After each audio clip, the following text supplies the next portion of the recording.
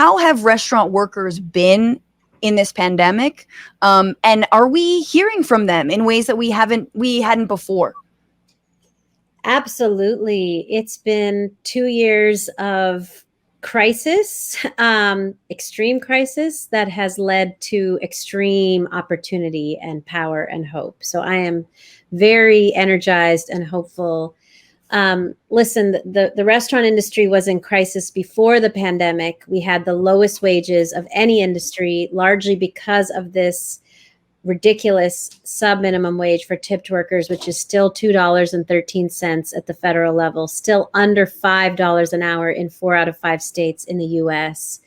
And it was a direct legacy of slavery and a source of sexual harassment for millions of women for generations prior to the pandemic, because you got an overwhelmingly female workforce of servers in mostly casual restaurants across the country having to put up with all kinds of inappropriate customer behavior to feed their families and tips. Well, that situation was so exacerbated by the pandemic. With the pandemic, about 6 million restaurant workers lost their jobs. That's 1 in 4 Americans who lost their jobs was in the restaurant industry. And 2/3 of them reported to us that they actually couldn't get unemployment insurance because in most states they were told that their sub-minimum wage of $2 or $3 was too low to qualify for benefits. So the ludicrousness of the current argument that, oh, people are lazy staying home collecting unemployment insurance, that's why they don't want to work in restaurants. It's ludicrous on many levels, but the real irony is that these folks never even got it to begin with, because in most states they were told you earn too little to get unemployment insurance. And that was a huge light bulb moment for millions of workers across the country. Wait a second. If the government is telling me I earn too little to get benefits, I probably earn too little. And it's time to walk away from these jobs. It's time to say I'm not going to work for $2 and $3 and $4 anymore, and have to live off the vagaries of tips. I'm just not going to do it anymore. Well, some people did go back last summer. They found that tips are way down because sales are down. And of course, customer hostility is through the roof. Health risks are way up. And worst of all, over half of all women said sexual harassment has gone way up. Mind you, we already had the highest rates of sexual harassment of any industry in the US. Now women were reporting across the country that they were repeatedly asked, take off your mask so I can see how cute you are before I decide how much to tip you. Take off your mask so I can see the pretty face of my server before I decide how much I want to tip. Take off your mask. I want to stick my tongue down your throat. Take off your mask. Take off your mask. I mean, we heard it so pervasively. We ended up coining a phrase for it. We call it masculine harassment, because it has turned this issue of a $2 wage from being a ludicrous legacy of slavery, source of racism and sexual harassment, to now a matter of truly life or death. You are asking a mostly female workforce to expose themselves and their children to the virus for the chance that you might like their face and give them a tip.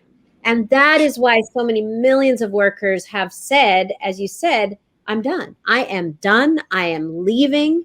We surveyed 3,000 workers who are left in the industry. 54% say they are leaving.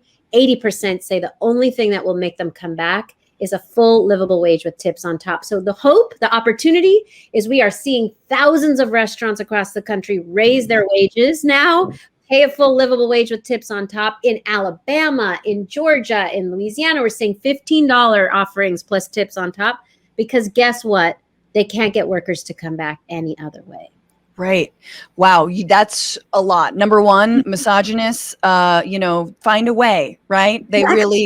They're like dinosaurs in Jurassic Park. Through the pandemic, they will find a way to creep on you. And, but secondly, you're saying that this narrative and the myth that like all these restaurant workers were paid to stay home is actually not true, because in many states, they were unable to qualify for those benefits. That's right. Most 2/3 of the 250,000 workers that came to us for a relief said they never got benefits because the states denied them, saying your wage is too low. Then they said they were told, oh, you're eligible for federal, except what people didn't understand is that federal unemployment insurance comes through the state systems. And the states had already marked these people as a denial because their wages were too low. So they never got any unemployment insurance at all.